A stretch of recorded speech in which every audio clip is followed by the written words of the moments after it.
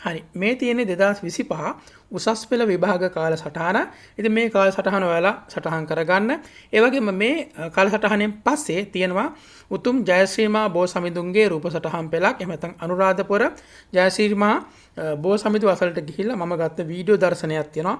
ඒක ඔයාලා S2 ඇස්පිල්ලම් ගහන්නේ නැතුව ඇසිපියෙන් නොහෙලා ඒ දිහා බලාගෙන ඉන්න විනාඩියයි තියෙන්නේ.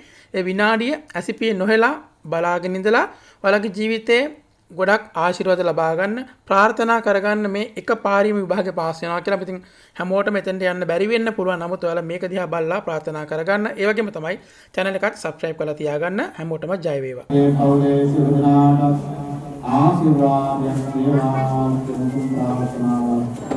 ලෝකේනාට ආශිර්වාදයක් වේවා කියන උතුම් ප්‍රාර්ථනාවක් සිදුවලා තාම සහායෙන් අවුත්නේ උපුටා සම්මානය සමන්තා